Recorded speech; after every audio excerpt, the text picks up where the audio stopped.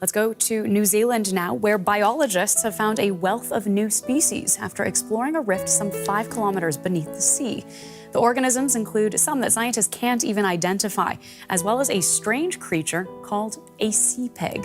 What if I told you that scientists just discovered 100 new species in the deepest, darkest parts of our oceans? Creatures so unique that some of them can't even be identified. Well, scientists have just unveiled an extraordinary discovery that proves our oceans still hold countless secrets waiting to be revealed. In a groundbreaking expedition off the coast of New Zealand, researchers have uncovered not just 1 or 2, but 100 new species that have never been seen before. And here's the kicker: they believe this is just the tip of the iceberg. A research vessel floating above the Bounty Trough, a largely uncharted region off New Zealand's South Island. 21 determined scientists, armed with state-of-the-art equipment, peer into the abyss nearly 5 kilometers beneath the surface. What they're about to discover will challenge our understanding of marine life and remind us just how little we know about our own planet. But what drives scientists to explore these dangerous ocean depths? The answer lies in both discovery and desperation. Our oceans are changing faster than we can understand them, and countless species could vanish before we even know they exist. Picture this. In the vast expanse of our oceans, scientists believe over 2 million different species make their home. Yet remarkably, we've only managed to identify and document about 10% of them. The remaining 90%, potentially millions of unique life forms, remain hidden in the depths, unknown and unstudied. Each expedition into these waters isn't just about scientific curiosity. It's a critical race to document Earth's biodiversity before it's too late. Every new discovery helps us better understand our ocean ecosystems and could hold the key to everything, from medical breakthroughs to understanding how life evolved on Earth. How do you study creatures living at depths where the pressure would crush a submarine? The research team employed an impressive array of tools. They first mapped the area using sophisticated imaging systems and video cameras, not just for scientific purposes, but to ensure they wouldn't harm vulnerable marine communities. Then came the brain sled, a fascinating piece of equipment with 2 nets that glides along the ocean floor, collecting samples from different levels above the seabed. Here's a 160-word version of that section. Among the remarkable creatures discovered in these lightless depths, some seem to defy imagination. Picture encountering a sea cucumber as long as your arm, drifting through the pitch-black waters like a ghostly balloon. Even more bizarre is the aptly named sea pig, a creature that looks like it wandered straight out of a science fiction film. This strange being moves across the ocean floor on tiny leg-like appendages, almost as if it's taking a leisurely stroll through the abyss. But perhaps the most puzzling find is a mysterious star-shaped creature that's left even experienced marine biologists baffled. Only about a centimeter across, this tiny enigma has features that don't quite match any known species. While scientists suspect it might be a previously unknown type of coral, they can't say for certain. It's a powerful reminder that even with all our advanced technology and scientific knowledge, the deep ocean still holds secrets that challenge our understanding of marine life. One of the most heart-stopping moments came when the team encountered a Teningia danae squid, a magnificent creature over 1 meter long, equipped with the largest light organs in the animal kingdom. This massive squid, gracefully gliding through the camera frame, flashing its bioluminescent organs like nature's own light show, before disappearing back into the endless darkness. It's moments like these that remind us of the magic that exists in the deep. Why does this discovery matter? The discovery of these new species isn't just about expanding our scientific catalogues. These deep-sea creatures are vital components of Earth's life support network. Think of them as essential pieces in a complex underwater machine that keeps our planet running. Deep ocean ecosystems serve as massive carbon storage banks, helping to regulate our climate by absorbing greenhouse gases. They're also crucial links in the marine food web, supporting billions of organisms from the depths to the surface. When we discover a new species, we're not just finding another fascinating creature, we're unveiling another piece of the puzzle that helps us understand how our oceans work. This knowledge becomes increasingly critical as we face challenges like climate change and ocean acidification, giving us the tools we need to protect these vital ecosystems. This expedition is part of an ambitious project by Ocean Census, a non-profit organization with a bold goal: to discover 100,000 new marine species in just 1 decade. It's a massive undertaking, considering that currently we only discover about 2,200 new marine species each year. But with unexplored areas like the Bounty Trough yielding such remarkable findings, this goal might just be achievable. One of the most fascinating aspects of deep-sea exploration is finding life in what might seem like a desert. While much of the deep ocean floor is indeed barren, features like seamounts, underwater extinct volcanoes with hydrothermal activity, create oases of life. These areas become beacons for countless species, from bizarre frogfish that walk on their fins to undescribed corals and mysterious squid species. But here's the sobering reality. We're trying to understand these ecosystems at a time when marine life is in decline globally. Human activities, climate change, and pollution threaten these delicate environments, many of which we haven't even discovered yet. It's like trying to solve a puzzle while the pieces are disappearing before our eyes. What does this discovery mean for the future of ocean exploration? The Bounty Trough discoveries prove that our oceans are far more mysterious than we imagined. Even in this previously mapped region, scientists found a treasure trove of unknown species lurking in the darkness. It's like finding a hidden city in a place we thought we knew well. This success has energized the scientific community, and researchers are already planning future expeditions, equipped with advanced technology and burning questions. The Bounty Trough isn't just a one-time discovery. It's become a gateway to future marine exploration. As technology advances, our ability to explore these depths improves. Modern sampling techniques, high-resolution cameras, and sophisticated analysis methods are opening up new possibilities. Imagine what we might discover as these tools become even more advanced. What creatures might we find at even greater depths? What mysteries might we unravel about the evolution of life on Earth? This discovery isn't just about science, it's a reminder of our responsibility to protect these unknown realms. Every new species we discover could hold the key to understanding our planet better, developing new medicines, or solving environmental challenges. But we can't protect what we don't know exists. As we wrap up this extraordinary journey into the depths, consider this. Every time we venture into the deep ocean, we find something new. It's probably the closest thing we have to space exploration, right here on Earth. The Bounty Trough expedition has shown us that our oceans still hold countless mysteries, waiting to be discovered by those brave and curious enough to look. So the next time you look out at the ocean, remember, beneath those waves lies a world as mysterious as any alien planet, teeming with life forms we've yet to imagine. And with each expedition, each discovery, we're reminded that our planet Earth still has the capacity to amaze us, to challenge our understanding, and to fill us with wonder at the incredible diversity of life that calls our oceans home. The question isn't just what we'll discover next, it's whether we'll find it in time to protect it for future generations.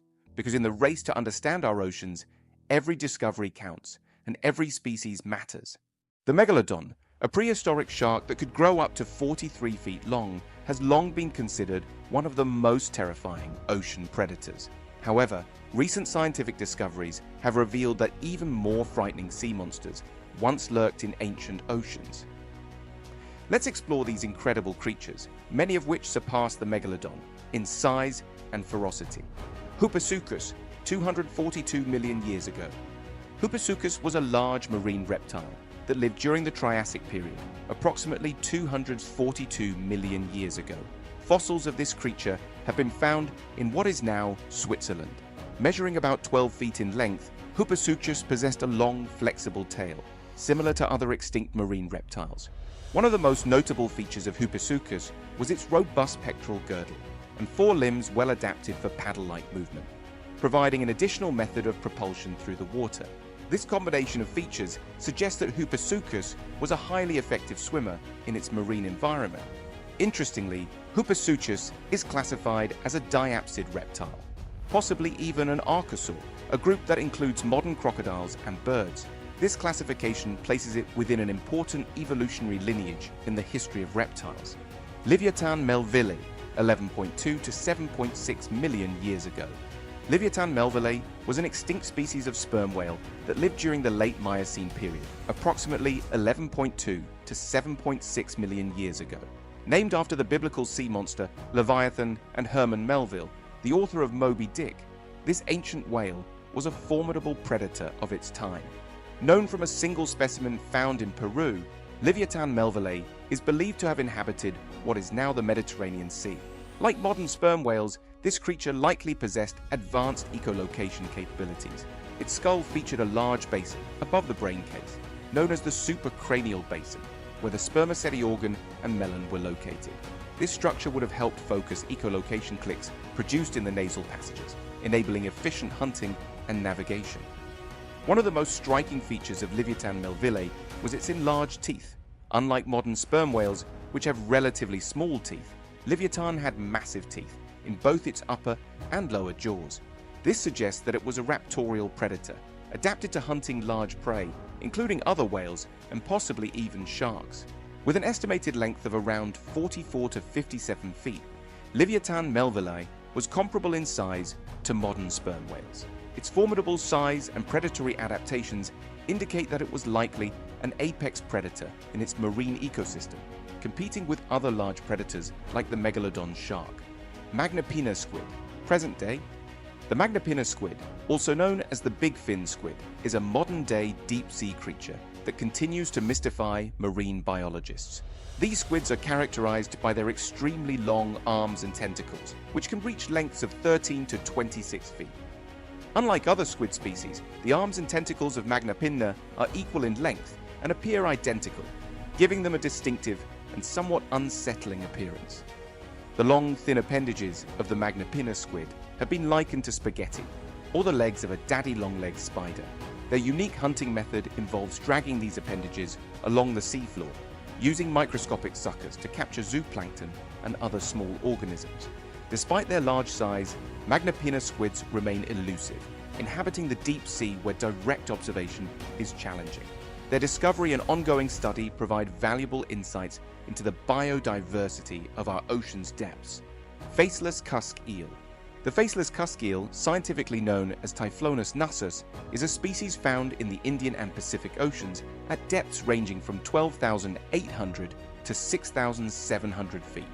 This fish earns its name from its unusual appearance, seemingly lacking a face, with its eyes buried deep under the skin and its mouth located on the underside of its body. First collected by the HMS Challenger during its historic around-the-world oceanographic expedition in the late 1800s, the faceless cusk eel remained largely unseen in Australian waters until its recent rediscovery off the eastern coast of Australia. The extreme conditions of its habitat, characterized by high pressure and frigid temperatures, make studying this species particularly challenging for marine biologists. Two-headed sharks. While not a specific prehistoric species, the phenomenon of two-headed sharks has captured the attention of both scientists and the public.